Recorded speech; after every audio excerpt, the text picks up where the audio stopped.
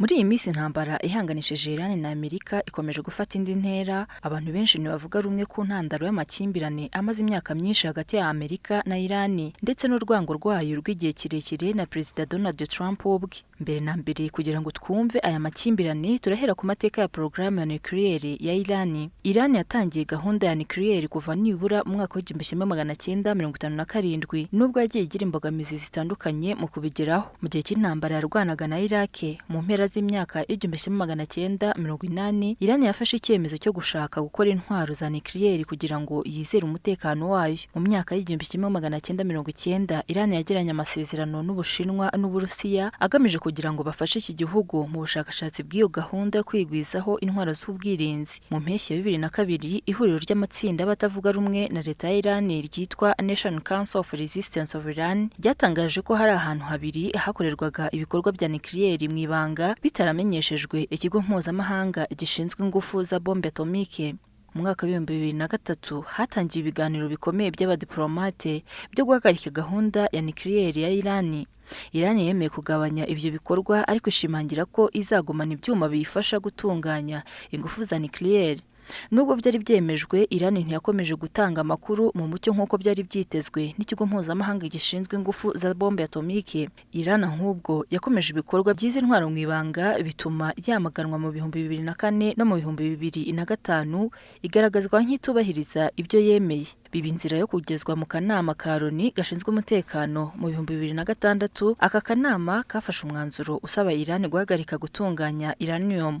Mu myaka yakurikiyeho, Loni yafatiye Iran ibihano bikomeye by'ubukungu kubera gukomeza ibikorwa byayo. Hagati ya 2011 na 2015, ubukungu bwa Iran bwasubiye inyuma ku gipimo cya 20% n'ubushomeri bugera kuri 20%. Mu gihe cya 2013, Hassan Rouhani yatorewe kuba perezida, yiyamamaza asezeranya abanyagihugu ko azabasha gukuraho ibihano no kuzahura ubukungu. Nyuma yaho, Leta Zunze Ubumwe za Amerika zatangiye ibiganiro na Iran zifatanije n'ibindi bihugu bikomeye birimo Ubushinwa, Ubufaransa, Ubudage, Uburusiya n'Ubwongereza. Ibi byatumye habaho amasezerano yasinwe Joint Comprehensive Plan of Action muri 2015 yemezwa na Loni ndetse atuma ibihano bimwe bikurwaho. Aya masezerano yasabaga Iran kugabanya uranium yayo ku kigero cya 98%, mu myaka 15 kugabanya ibyuma bitunganya ku kigero cya 2/3 mu myaka 10 no kwemera igenzura rikorwa n'ikigo mpuzamahanga gishinzwe ingufu za bombe atomike.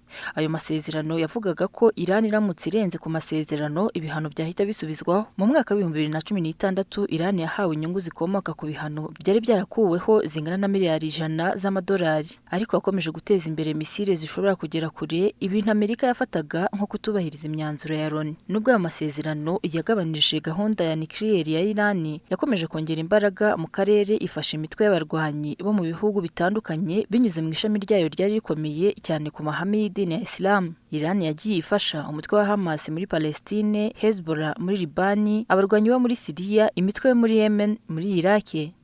Leta Zunze Ubumwe za Amerika zifata Iran nk'igihugu gifasha cyane ibikorwa by'iterabwoba ku isi. Aha dushobora kwibaza by'umwihariko duti ubundi ubwumvikane buke hagati ya Trump na Iran nibwo bwaje gute? Kubera ko amasezerano yo guhagarika gahunda ya nucleaire Iran itabashije kuyubahiriza uko yakabaye, ubutegetsi bwa Donald Trump bwahisemo kuyavamo mu mwaka wa 2018 busubizaho ibihano bikomeye kuri Iran. Ibi byateje ikibazo gikomeye mu bukungu bwa Iran, bigabanya cyane ibyoherezwa mu mahanga cyane bikomoka kuri petrol. Iran nayo yatangiye kunyuranya burundu n'amasezerano yari yiyemereye ya nucleaire, bituma umwuka mubi wiyongera. Mu mwaka wa 2019, Amerika yashyize ku rutonde rw'iterabwoba umutwe w'igisirikare w'impinduramatwara utsimbaraye ku mahame ya Kisilamu muri Iran.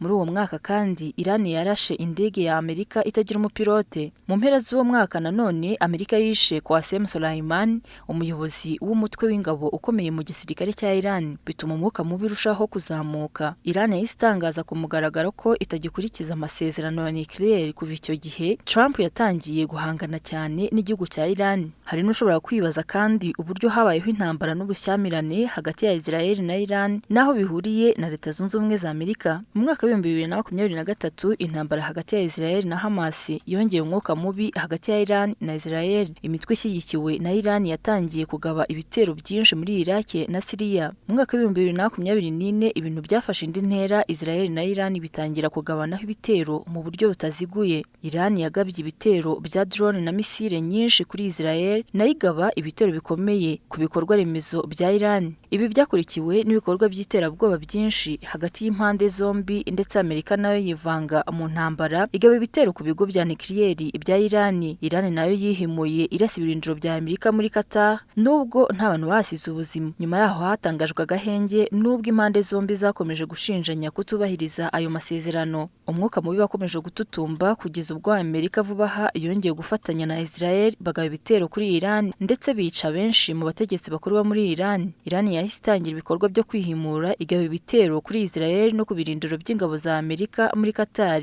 Yemen, Leta Zunze Ubumwe z'Abarabu, Bahrain n'ahandi hangijwe byinshi mu mitungo ya Amerika ifitemo inyungu. Iyi ntambara yatangiye benshi bibwira ko itazatinda, ariko intambara irakomeje, ndetse nta n'ikimenyetso ko hari uruhande ruzacogora vuba muri iyi ntambara, kuko bakomeza guhigirana ko bazakomeza kurwana kugeza ku mwuka wa nyuma.